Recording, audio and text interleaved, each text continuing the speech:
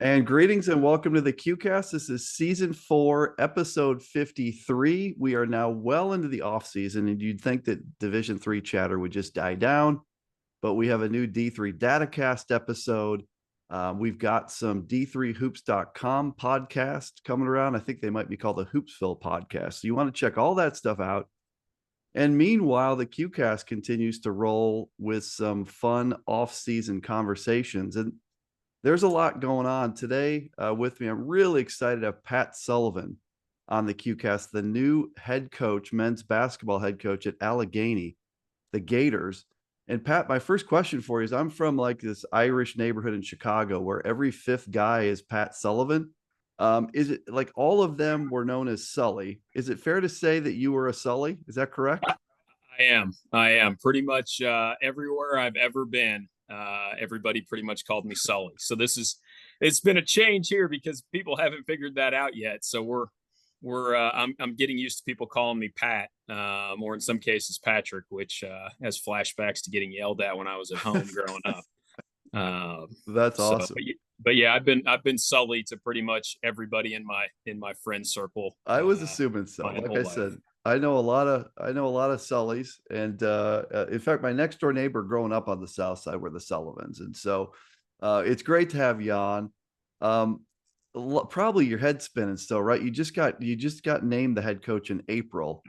What's it been like since the moment that you got the call that you were the guy? And I'm sure there's been like you've had to move and figure stuff out and figure out who to recruit, and like what's this last couple months been like? Yeah, it's been busy. Busier than you normally expect your April to be. It I think they offered me the job on like April the 6th or something like that. And I remember that Monday night getting on the phone with all of the current players and trying to figure out who was staying, who was on the fence, who was definitely leaving. And I just remember it being kind of hectic because that was the Sure. night of the Division 1 national championship game, and I remember like not even really getting to watch much of the game because I just was constantly, I'd be trying to get a hold of guys, and then guys would text me, "Hey, I can talk to you right now." Like, okay, and I remember really honing in on the Division 1 national championship game. There were like 5 minutes to go, and UConn was blowing them out, and I was like, "All right, well, I missed this one." Um, so yeah, so it was really busy with that stuff. The first day and the second day was then all right. Well, who's committed and can we keep them committed? Really not knowing much about them. Sure. And then it was into the next day. Who are we still recruiting? And can we get any of these guys over the finish line? And really just trying to put a roster together and make sure Right. we got enough guys. So that's been the kind of main focus. And there's somewhere along the way, it was trying to find a place to live.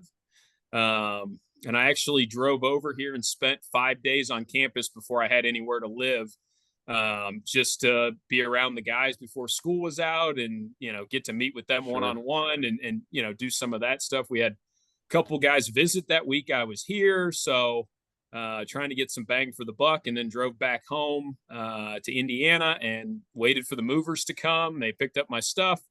And then the next day I drove to Meadville, and I've been permanently in Meadville, I guess, since like uh maybe May 1 or like the last day of Wow. April, something kind of wild like that. So the moving thing that happens faster than you're really prepared to have to move. But Right. especially having been at Wabash for 10 years and been in Crawfordsville for 10 years and trying to see people before I left, because as you know, 10 years is a long time. You can't Heck yeah. just sneak out of town after 10 years. People end up mad at you. So trying to see everybody and then get here and still trying to get some 2024s to visit and trying to finish up with that and then kind of pivot into the next recruiting class. And so it's been busy, but that's all part of it. It's especially Right. probably different now with the transfer portal and guys hopping in, guys hopping out, and trying to Right. lock guys down into staying here. So it's been busy. It's still busy. This is a really busy recruiting week. This week for me, I'll be out probably 3-4 Sure. days this week trying to see some 2025s and kind of start to round into form for the next class. So You mentioned yeah. you mentioned Meadville. So Meadville, Pennsylvania. I had to pull up the map to make sure I knew what I was talking about. But Northwest Pennsylvania, think straight north of Pittsburgh and straight east of Cleveland. If you draw those lines, that's where Meadville is. Pat, what can you tell the QCast guests about beautiful Meadville so far? I know you're not an expert yet, but what's the town like? The town's pretty cool. So the scenery here is quite a bit different than my last couple stops. Defiance, Ohio, and Crawfordsville, Sure. Indiana, pretty flat. Meadville, not flat. Lots of hills, lots of trees. You probably don't know this about me. I'm a big golfer, and Oh, I've quickly nice. figured out that the golf course here in town, there's not a flat spot on it.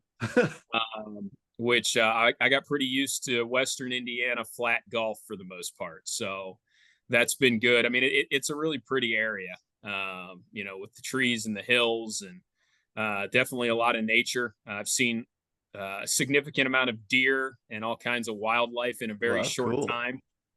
So that's been good. The town's pretty cool. It sits down at the bottom of the hill from the campus. It's got a bunch of good restaurants pretty close to campus. So I've been trying to kind of figure that out. I've got certain types of foods that I like. And so I'm trying to figure out, all right, does Meadville have what I need to eat? So we're figuring that out. 10 years in Crawfordsville, I got pretty accustomed to like Oh where yeah, I like to eat and the spots. And so I've had to try to refigure that part of it out. But no, it's a cool place. It's right off of I-79, which is great. You can hop in the car and be in sure. Pittsburgh in an hour and 15 minutes. You can get up to Erie in 30 minutes. You can jog over to Cleveland in less than 2 hours. So location wise, you can get a lot of places in a pretty Sure. short amount of time. So it's good. I'm glad to know you're a golfer. I have it in my head that like I really need to set up an off season like a QCast golf invitational, where we get D3 people that like to play. And there's so many coaches I can think of that love golf.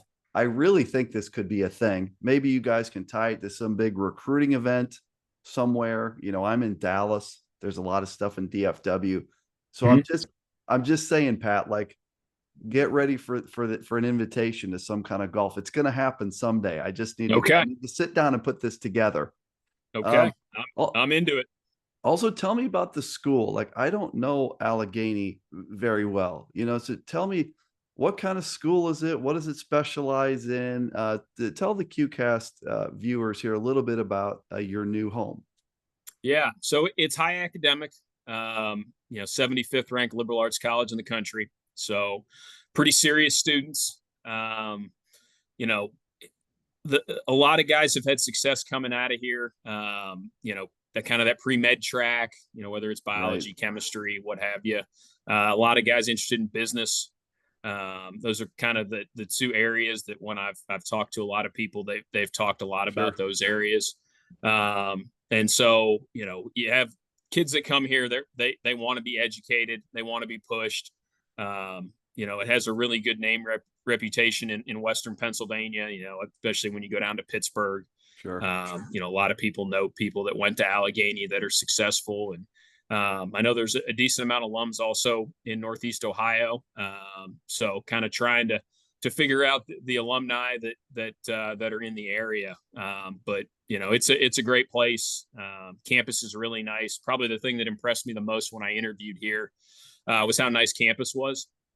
Because the times that I had been here, it usually had a bunch of snow piled up, and we Right. got off the bus and we went straight into the gym, and then we Sure. played the game, and then we got back on the bus and we got out of here. So I hadn't really seen campus, until I got here on the interview. But the facilities are good. The academics are strong. A really strong alumni network that I don't know that there was any way for me to know that, but the number of people that reached out to me when I got the job, whether they were Sure. basketball alums or just alums in general, that hey, how can we help? I live here. If there's guys in the area, let me know. Those types of things. Sure.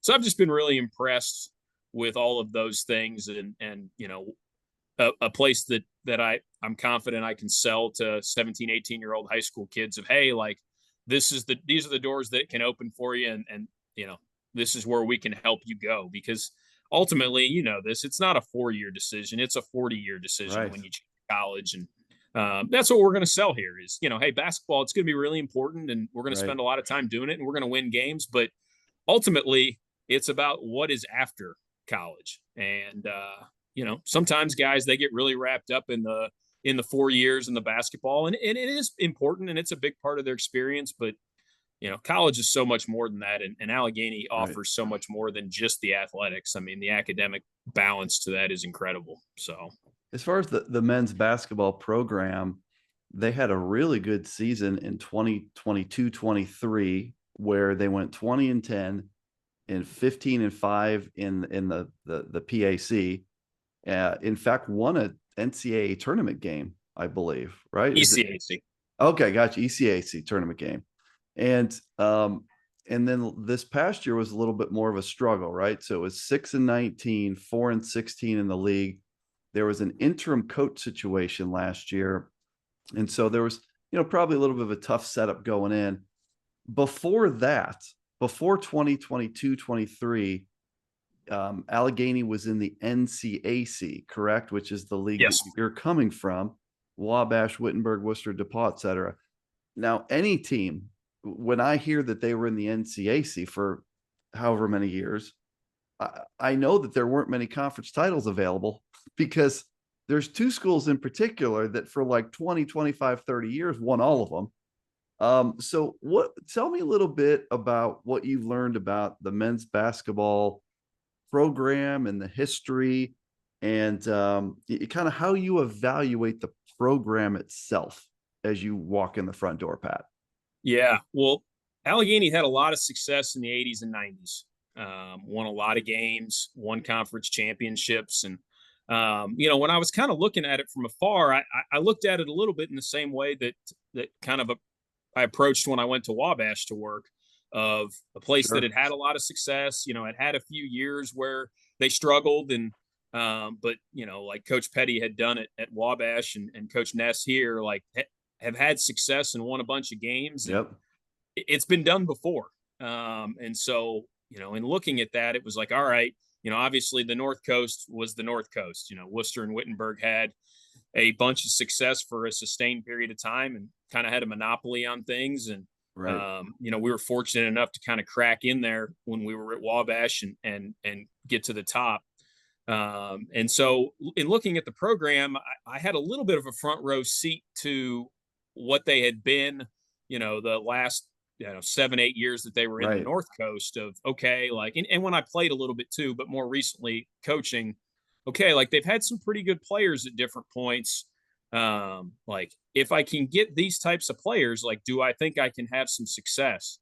Um, and like that'll be the goal here, is to try to attract some Sure. players, similar to the Jordan Rawls and the Caden Hinkley's, guys like that were really good players here, and see if we can get this thing to where they're back at the top. Obviously, seeing the success they had in 22-23, makes me feel like we're closer than the 6 Yeah. and 19 season last year. Right. I mean, anytime you graduate Caden Hinkley off of that team that in 2022-2023, like, it's hard to replace. He's Right. 6'8", he's skilled, he can score it in a lot of Yep. different ways. He's a presence defensively, he's good on the glass. So, like, I knew losing him, like, that would hurt. And they had some seniors last year that were key contributors that we'll have to figure out how to replace, especially in the size department. Like, we don't have a ton of Right. size this year, but we do have, 4 guys that played quite a bit, and a 5th guy that got some experience that was a young guy as well. So there's some pieces in place, I thought, in looking at it, like, okay, like, I think these guys could have good years, like, we'll need to put them in position to be successful. But, I've been able to watch a little bit of film. I mean, that'll be a big part of the summer Sure. when we have a little bit of downtime, is watching all the games from last year and trying to pick apart, hey, the returning guys, like, this is what they do well. Maybe these are areas that they struggle in. But, like, we've got, Luke Barker's been a good player here. Ryan Lang has been a good player here. Isaiah Portis and James Sitter, both were contributors last year. Both individually had some really good games and Sure. had some good stretches. Like there's some guys that like I look at them and think, all right, like these guys, if they're working for me, we can do some things here.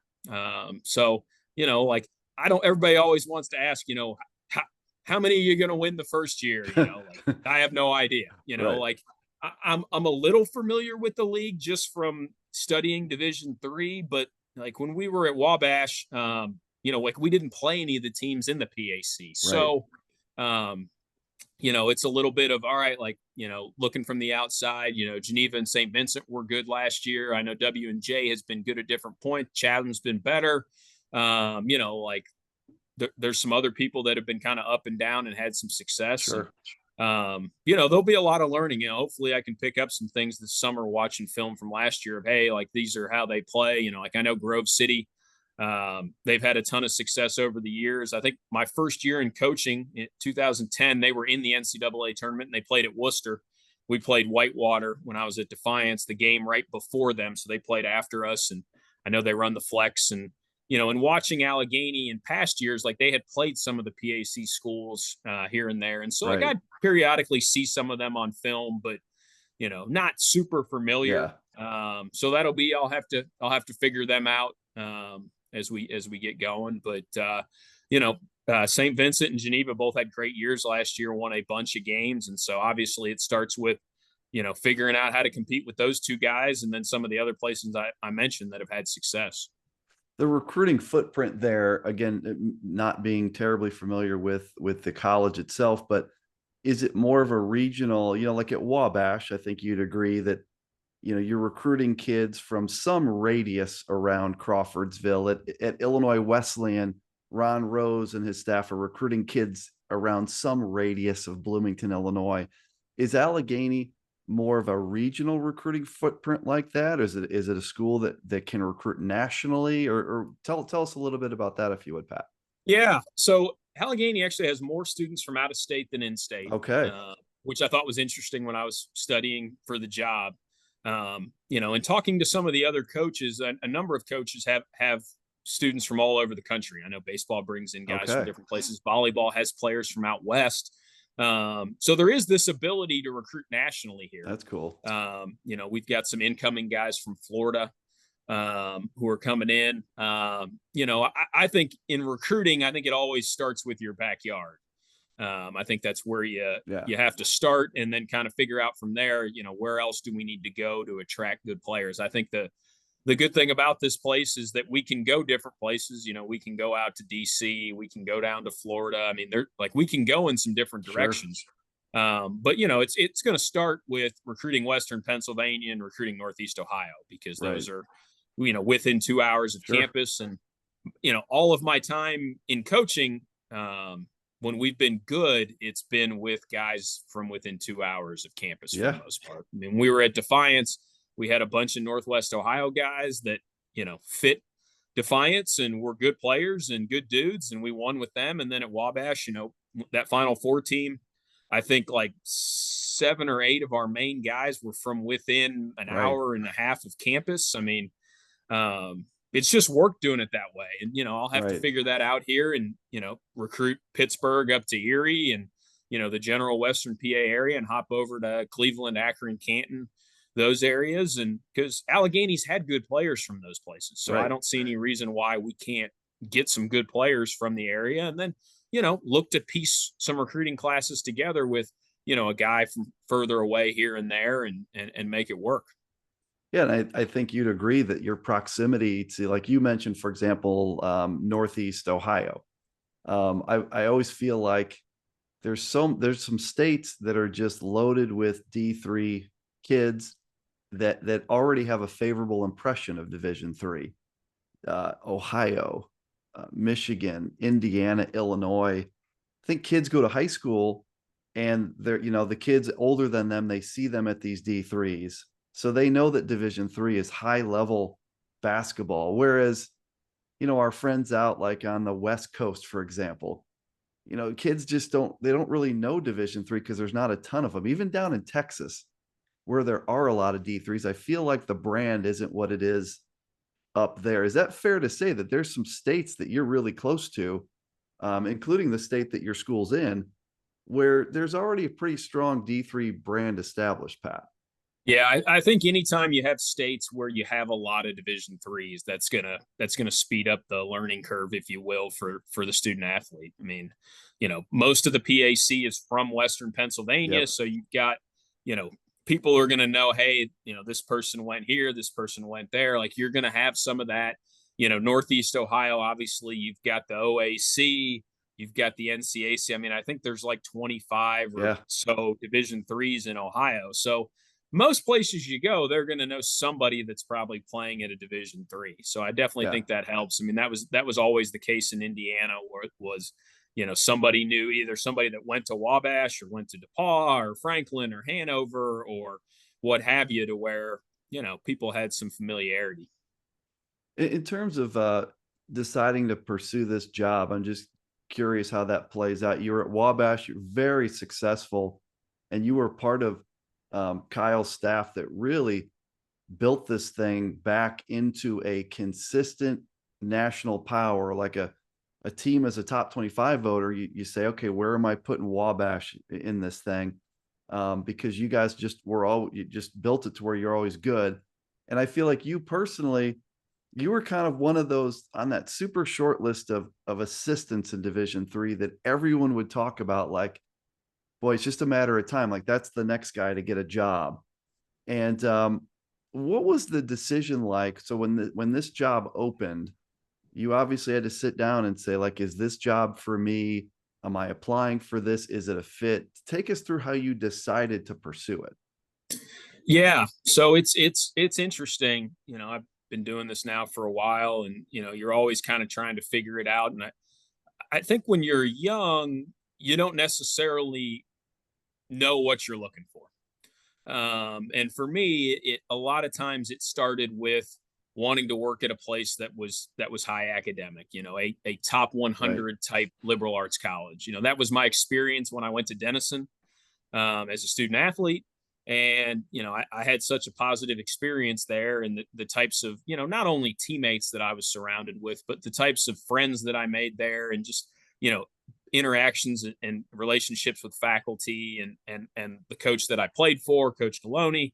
Like it helped kind of inform what I was looking for long term. And so, every spring jobs start to come open, and the first thing I look at is, all right, like, how is this place academically? What type of an endowment does it have? How are some of the other programs there? Do they have people that are having Right. athletic success? Maybe basketball is not having success, but hey, the football team's good, or hey, Yeah. baseball's good, or whatever it may be, to where, like, all right, like, there's people there having success, so there's an opportunity or a chance. Right. Um, and then like, those are kind of the things you can easily try to figure out on the internet. All right, does this job kind of fit what I think I'm looking for? And then, you apply and you start doing the Zooms, and you kind of try to get a feel for, some of the other people on the committee, the athletic director, things like that. And then obviously once you go to campus, is the campus nice? How are the facilities? Like, how are the people when you're there? Right. Those types of things. Um, so like in with this job, I obviously had some familiarity with Allegheny, competing against them as a player, competing against them in coaching, and so I always had a positive, frame of reference with it, because we'd come here and I was, like, the gym was nice, and they'd always had some good players, and it was like, okay, well, this is interesting, and then it was like, all right, the location is Sure. interesting, because we're kind of situated in a couple different in an area where we can go a couple different directions. I had a chance to talk to Bill Ross, the AD, on the phone before the Zoom, and just kind of, had a, your probably typical pre-screening phone call, Sure. and like, it went pretty well, and then got on the Zoom and felt good about that. And then came to campus, and, ultimately you never quite know when you get there exactly how it's going to go, Right. seeing campus, and what am I going to think about campus, and how am I going to feel about the location when you get there. And because I'd done this enough that, like, there were certain places where you got on campus and you just kind of, you either had like this really good feeling, like, yeah, like I think this could work, or like, man, I don't know if this is, I don't know if this is really what I'm looking for. I thought it was, but maybe it's not. Um, and so, the night before, you go out to dinner with the athletic director, you go on a tour of campus, some of those types of things. And I felt really good about campus Sure. when I saw it, in its full capacity. And I say all this, and like, the day that I interviewed, it was 40 degrees and raining sideways. So, I saw campus in about the worst weather that I probably could for the time of year. And it was still pretty nice. And then spending time with different people on campus, because I don't know how much you know about these things, but typically when you interview for some of these jobs, you meet with a whole bunch of people, Sure. some that are in athletics and a bunch of people that aren't in athletics. And you get asked a bunch of questions. And it was interesting. This was probably the first interview I'd been on where they actually asked me basketball questions, and not just your generic kind of Sure. like, hey, what's your recruiting plan? Everybody asks you that. And, but they, actually like talking about offense and defense and Wow. philosophy. And like, I'd been on job interviews and never been asked any questions about that stuff. And so like, that was really interesting to me, that I actually got to talk about basketball That's cool. uh, while I was here. So that was pretty cool. But I was pretty sold when I left, that, if they offered me the job, that I was going to take it. I had obviously had a lot of time to think about it Sure. on the drive back. It was a long drive back to Crawfordsville. But I felt really good about everything. And, like, I can't say that that's always how it was when I got in the car and left places that I had explored. Was, there were times I'd get in the car and I was just like, I'm not sure this is going to be right for me. But this place, like I said, I was pretty sold pretty quick. That's Which, great. yeah, it was, because I usually come in with a pretty open mind, and I'm not easily sold on things, because I knew I had a good thing at Wabash, and working for Coach Brumett had been Yeah. great. We'd been together for 15 years. Um, when I first started working for him, he had one kid, and I think his kid was a year old max. And now he's got three kids, and so I've seen them grow up. And it's probably been weird for all of us the last few weeks, not being around each other and having to figure it out ourselves. So yeah, but I was pretty sold pretty quick that this was a good fit for me. One of the things I want to ask you about in the announcement piece, where they said, "Hey, the new coach is Pat Sullivan." Nice little bio and write up. They have like what others are saying about Pat, and they asked some people for some quotes. One of those was from Jack Davidson, and I remember it was on Twitter like a year ago or so. There was like I mentioned your name, like, "Hey, there's a job open, and maybe Pat Sullivan's a fit for this." And I remember Jackson like he's like they'd be lucky to have him. Like he should have a head job. I just remember whatever it was, like Jack Davidson was hugely in your corner. And then I read all the really nice things he said about you in that announcement thing. Talk a little bit about that kid, because unfortunately I saw him play a game in person one time and I didn't really like the result of it. I got to tell you, Pat, this kid was phenomenal. Like he was, talk about a kid who got like the most out of his ability, and he was incredibly like a hard worker and skilled and could shoot the heck out of it. And talk a little bit about Jack Davidson, the person and player. Yeah. So Jack, he's awesome. I mean, he just is. Like, he's a great kid. He's, when you're recruiting, it's everything that you hope it's going to be. I mean, I'd be lying if I sat here and said, "Oh yeah, when we saw Jack in high school, like, we knew Jack, he was going to be the all-time leading Right. scorer at Wabash. He was going to lead us to the Final Four." And like, anybody that tells you that about guys, they're usually either crazy or they're lying to you. Right. Like, we knew Jack was good. I mean, we saw, between Coach Brum, myself, and at that time Brandon Ramsey was on our staff. Like, we saw Jack play a ton. And we were sold. And he played on a great high school team. Sure. His high school coach was a Wabash grad. But they had, like, their high school team, they had like 8 college players Right. and multiple Division I players. And so, like, there's nights you'd go see Jack and he'd have 20, and there's nights you'd go see him and he'd have 4. And usually if he had 4, it was because he took 3 shots and You know, he Right. had 6 assists and did other things, but like we knew he was good. I remember going and seeing him play in a college summer league um in between before he was a freshman in college, and like left there. I remember I called Coach Brum and I was like, Jack's going to start for us right from day one. He's really good.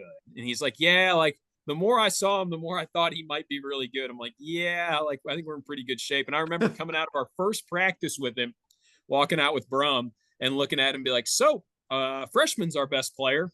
He's like, yep, this should be interesting. That's And awesome. the credit to Jack is sometimes you see guys, they come in and they get the keys to the car when they're a freshman, and it's sometimes they don't keep working as hard as they need to because there's this sense of that they've arrived and that they're good, like Right. they're as good as that they need to be. And like he was the opposite. Like he was always wanting more and working harder. And I mean, between him and Tyler Watson, those two guys, Yeah, their quite a work ethic duo. was incredible, and they were both unbelievable students. I mean, they were both 3.8, 3.9, academic All American type guys, and like they had always kind of worked really hard individually. And then as they got older, they started to figure out that like they could work hard together and that they could push each other. And they were the two hardest working guys that they had ever been around. And then they got together and it was like, well, I've never seen a guy work as hard as that guy. Well, I've never Right. seen a guy work as hard as that guy. And like, it was kind of the perfect storm with those two. But like Jack and I, like we had a great relationship. He's a huge sports fan. Anybody that follows him on Twitter probably sees some of the crazy things that he posts because he's so into the Colts and the Pacers and all of that stuff. So like regularly, like Jack and I, when he was playing, we'd be texting back and forth. But like then, even after he was done playing, because I'm also super into sports, and so like we've always got this kind of thing where we know each other are watching different games, and Sure. um, he's got a great family too. His mom and dad are awesome. They're great people. And so it was just, one of those things, like it was so easy for me to build a relationship with Jack in recruiting because we had such similar interests. He just happened to be a lot better player than I was. So it worked out really well. If he'd have been as good a player as me, it wouldn't have been very good for anybody. Had a Um, chance to meet his parents, his brother Eric. I yep. think I ended up going to the Wabash pregame Okay. before the Elite Eight game. I got Yeah. invited. I had a great time. I had a better time at that than I did at the actual game itself, I have to Yeah. say. I had a But great time that day. It was a lot of fun. It was pretty cool for me personally. My two roommates from college actually flew in for the weekend. So they flew into Chicago and drove down to Bloomington, and they actually ended up at the Illinois Wesleyan pregame.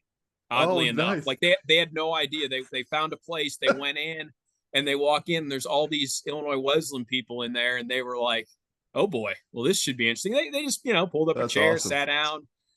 They were telling me about it after the game. And I was like, well, that's one way to do it. He's like, yeah, like we didn't have any Wabash stuff on. So like no one knew. So it was fine. But That's uh, awesome.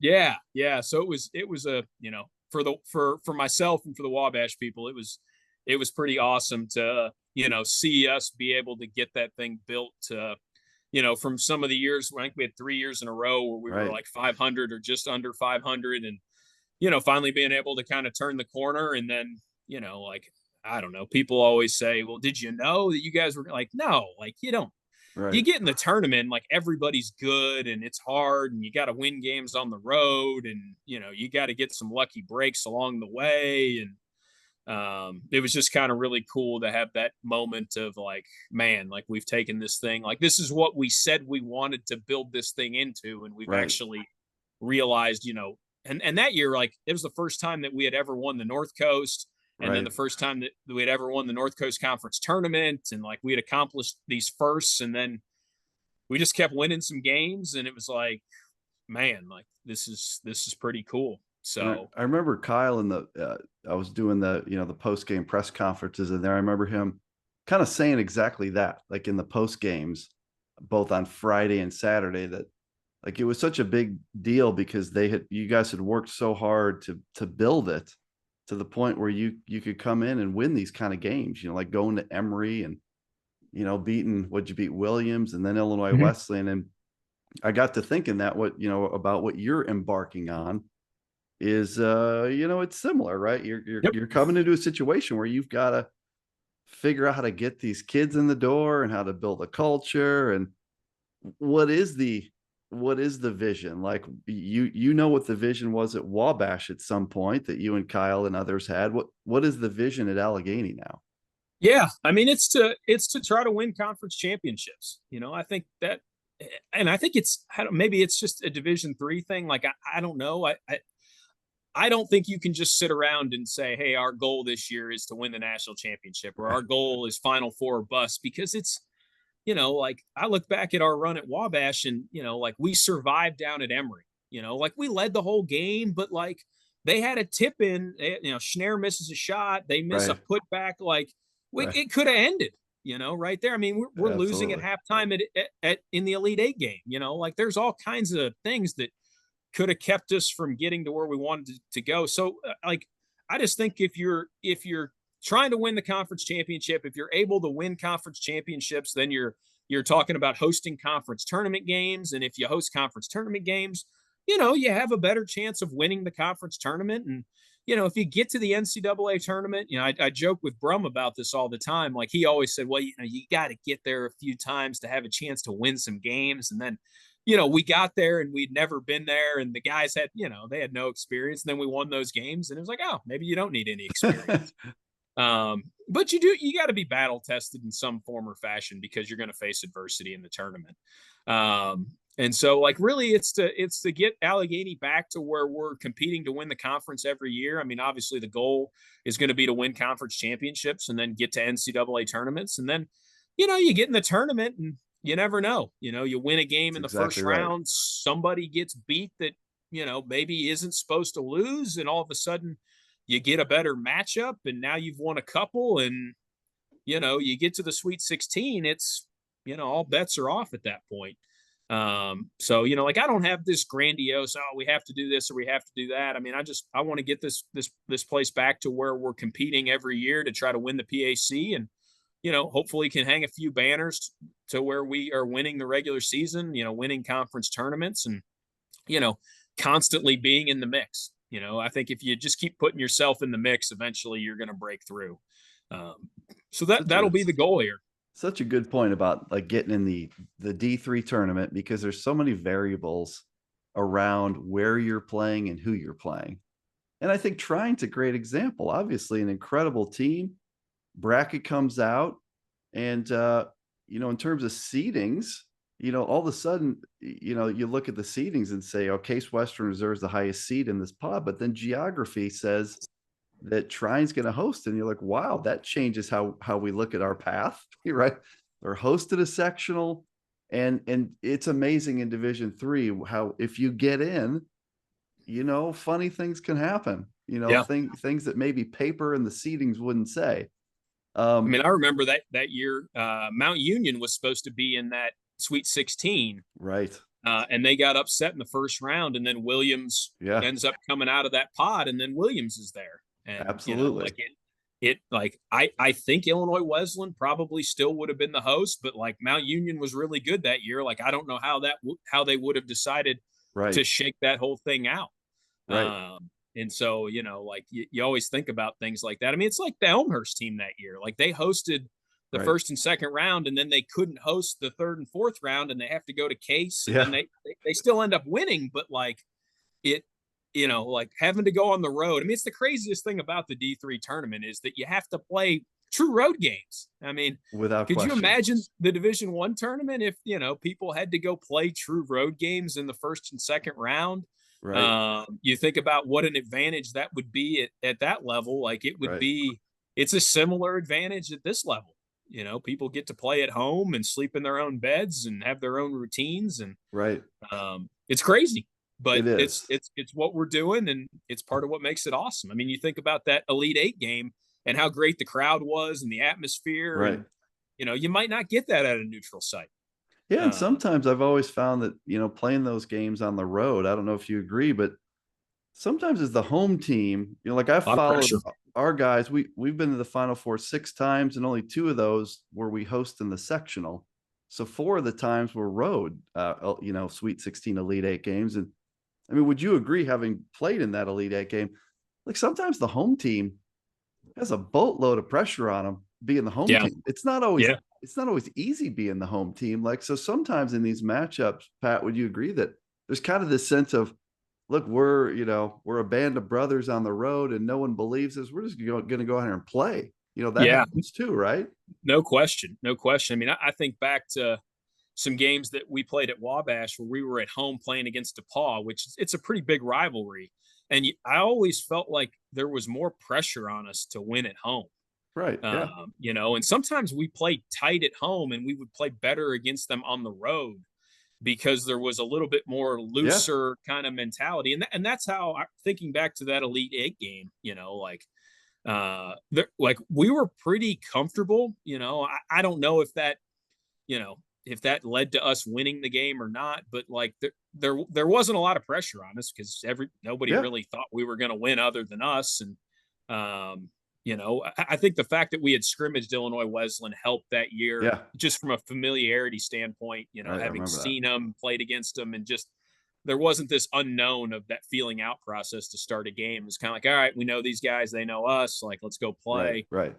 But sometimes there's that pressure of having to play at home and people coming. And if you're not used to, I mean, it was the great thing about Wabash is we played some games leading up to the NCAA tournament with really big crowds, Oh and yeah. so you didn't have that necessary like playing tight because it was the Yeah. first time anyone came to the game. Because sometimes that happens too. You play in front of nobody, and then all of a sudden it's packed, and you're like, oh man, like we gotta play well tonight, Right. and then you play tight.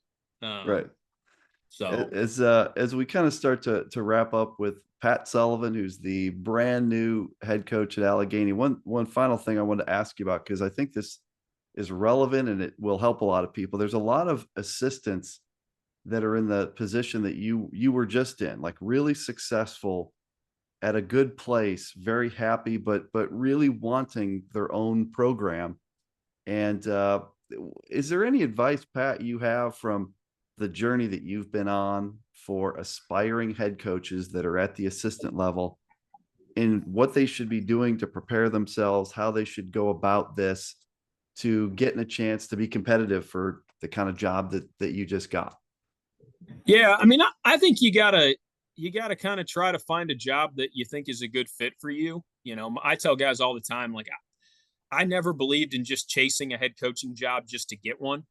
I think it's really easy when you're young to fall into that. Like, oh, I want to be a head coach as soon as I can be a head coach. And, because not all jobs, Sure. especially at this level, are created equal. Division I, everybody's got 13 scholarships. Division II, everybody's got 10. And like you can overcome some challenges because you have scholarships. And I think at this level, for me personally, like just trying to be a little bit more choosy on what is a good fit for me and what do I feel like will work for me. Right. So I'm always like I tell guys all the time, like don't just take a head coaching job just to take one. And when you're assistant, like try to find a job that you find a guy that you want to work for. Like I was really fortunate to be able to work for Coach Brum for Yeah. 15 years, and learned a ton from him about how to be good in the business, Right. how to build. Like I think Coach has done a great job everywhere he's been at building culture, and so I was fortunate to kind of see what that looks like, and obviously play a role in it, but kind of follow his lead on how to build it. And so like I would tell guys, like if you're in a good spot, like don't take a job just to take a job. Right. Like find something that you think fits you. But like I was really fortunate. Like Coach and we did not know each other at all when I started working for him at Defiance, and I owe being able to get this job to him. I wouldn't have been able to do it, without learning as much as I did from him and him giving me opportunities to really learn more. I mean, he like we became pretty comfortable with each other pretty quick, and he just kind of turned the reins over to me and let me have a lot of freedom and in making decisions and how we were going to run the program. And So, if you're working for a guy that's good, like, I wouldn't be in a huge hurry to try to take a job It's unless great you advice. really feel good about it. It's And great I was advice. blessed in that regard. I was fortunate to work at a great place like Wabash too. So, I tell guys all the time, be choosy, be a little selfish when it comes to finding a job. And, I think if you find a good place and a good fit for you, it'll all work itself out. And, there will be, when it's a good job, sometimes there's a lot of frustration that comes with that. And, Right. because, sometimes you got to swing and miss, to be able to get a Yeah. good job. And then when it's a good job and you're trying to get and you don't get it, there's a lot of frustration that comes with that too. I mean, I experienced that a few times of, Sure. where it was a job that I thought would be good for me and I was in the mix and thought I might get the job and then I don't. And, having to deal with some failure. Sure.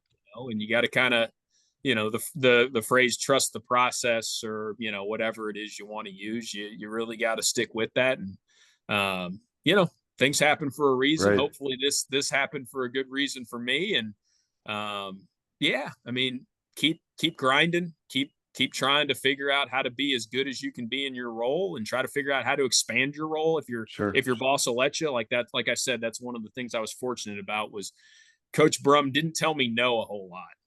So I got to learn how to do offense, learn how to do defense, and like do things a bunch of different ways.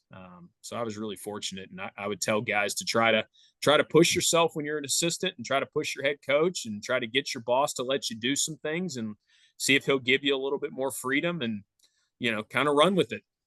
So It's great advice, and I think it applies well outside of basketball. I'm from the corporate world and the insurance industry, where I lead teams of people, and I think your advice applies to the corporate world, probably to any world, honestly, in terms of like trying to get to where you're aspiring to be and not being in a hurry to get there, and making sure you're going somewhere that's a good fit. And if you're with good people, don't be in a rush to leave, because you got a pretty good situation and you're learning from that and developing.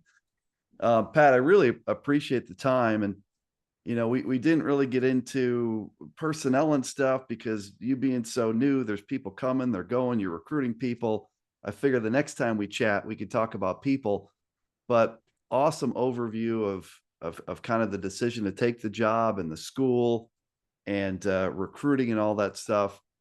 Really appreciate it. And kudos for all your success at Wabash. I your name was just always out there as like such a key part of what Kyle had going on there. And so kudos to you for the role you played in all the success at Wabash. Really, really impressive stuff. I will leave a final word here to you, Pat, as you'll have probably some Wabash people tuning in. Certainly, you'll have a whole bunch of Allegheny people tuning in, maybe just some random D3 folks too tuning in. What would you leave everyone with on the QCast here today? no, I just I'm incredibly blessed and grateful to have worked for Coach Brum for 15 years. He was an unbelievable mentor to me, and helped me get to where I am. And he's I would tell anybody he's the best in the business. I mean, what he's done at Wabash, it's unbelievable, and he'll continue to do great things. And there were so many good people there. Like that's one of the things that made it really hard to leave, would just the people that worked there, the friendships in town, that were people that they had no part to play in the Wabash part of it.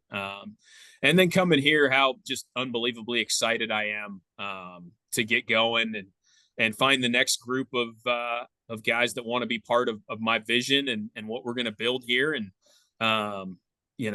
Allegheny's wowed me with the type of people and the campus and all the great things. I mean, we've got so many good things going here that I know that I'm excited to sell it. And I'm hoping that there's some 17, 18-year-old guys that tune into this and are excited about Sure. my vision for basketball and how we're going to build this thing. And I think we're closer to being good than maybe people think, but it's going to take a lot of hard work. And we've got 7 guys coming back from last year's team that seem pretty excited about the work that it's going to take and how hard we're going to need to work. But man, I'm excited for my first crack at this. And these guys will forever be the first group that I coached. And I'm hoping that I can get, especially our senior Luke Barker, like getting him a really positive experience for his last year in Sure. college basketball, and that, you know, those rising juniors, getting them a good taste in their mouths here as we get this thing turned around. But I'm excited. I'm really happy to be in Western Pennsylvania. You know, Meadville's been good so far, and I'm excited to become part of the Meadville community. You know, I think it's a really underrated part of being a small college coach, is that, you know, Yeah. you really need to embrace the town that you're in. And, you know, like, I'm already meeting people that aren't affiliated with the college, and I'm really excited to build those relationships locally and hopefully turn some of the local Yeah. townspeople into big Allegheny basketball fans. So Well, on behalf I'm of the excited. YD3, ambassador crew, that I feel like I'm part of. We got a guy here, folks, that played at Denison. You mentioned coaching at Defiance. You mentioned Wabash. Now we're at Allegheny. So, always a pleasure to speak to the people that believe in Division 3 and want to be part of it. And that's clearly, Pat, you're one of those people. So we'll all be rooting for you. We'll be rooting for the Gators, and looking forward to seeing what you're able to build there. And I think our money's all on you. Like, based on the track record here, I think you're going to be able to connect with kids and kind of sell them on that clear vision that you have. So really appreciate it, folks. That's Pat Sullivan. He's the new coach at Allegheny, and he's working on getting his guys in there and getting things rolling. So, Pat, thanks so much for your time today. I really appreciate it. Yeah, thanks for having me, Bob. Always enjoy being able to contribute to your D3 monster that you're building. Thanks, man. Thanks, Pat.